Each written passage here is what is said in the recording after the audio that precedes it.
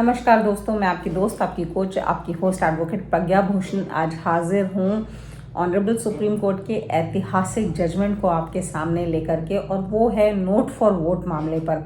जी हाँ दोस्तों, जिस तरह से सांसद या विधायक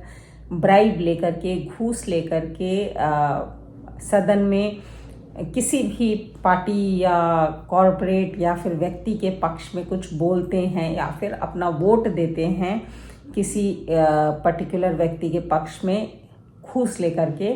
उसको जो 7 जजों की संवैधानिक पीठ है, यानी कि 7 जज constitution bench of honourable supreme court, जिसको हेड कर रहे थे हमारे chief justice of India justice D Y Chandrachud जी,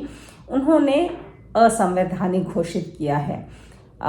इस 7 जज कॉन्स्टिट्यूशन बेंच का मामला है कि घूस किसी भी तरह की हो, उससे किसी भी व्यक्ति को इम्यूनिटी नहीं मिल सकती, चाहे वो सांसद या विधायक ही क्यों ना हो। और अगर कोई सांसद या विधायक घूस लेकर के, ब्राइब लेकर के सदन में कोई क्वेश्चन उठाता है, सदन में कोई स्पीच देता है या फिर किसी के पक्ष या विपक्ष में वोटिंग करता है, तो उसके खिलाफ मामला दर्ज होना चाहिए और उसके खिलाफ केस चलना चाहिए। इस केस में जो कॉन्स्टिट्यूशन बेंच है उसने सुप्रीम कोर्ट के ही एक 26 साल पुराने जो जजमेंट है उसको पलटा है,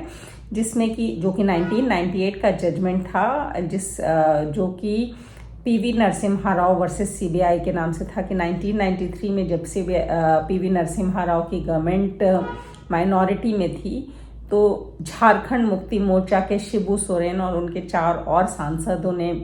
घूस लेकर के पीवी नरसिम्हा राव की माइनॉरिटी गवर्नमेंट के पक्ष में वोट दिया था और उस गवर्नमेंट को बचाया था,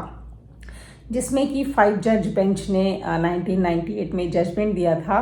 कि अंडर आर्टिकल 1052 एंड 194(2) के तहत सांसदों को जो है इम्यूनिटी मिली हुई है और उनके खिलाफ मामला नहीं दर्ज किया जा सकता।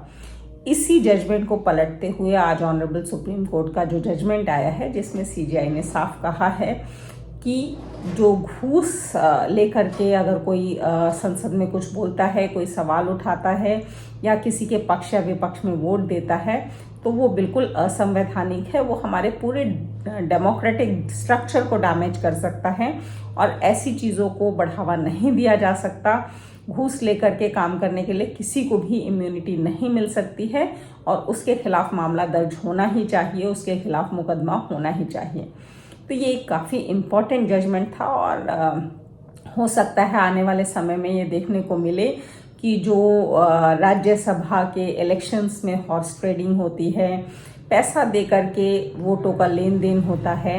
या फिर पैसा लेकर के सांसद सदन में सवाल पूछते हैं कॉरपोरेट्स के पक्ष में, कॉम्पिटिटर्स के पक्ष में, वो चीज़ें शायद अब कम हो जाएंगी। और कोशिश तो ऑनरेबल सुप्रीम कोर्ट की यही है कि इस तरह की चीज़ें बंद हो और हमारे लोकतांत्रिक ढांचे को जो है बचाया जा सके। Thank you.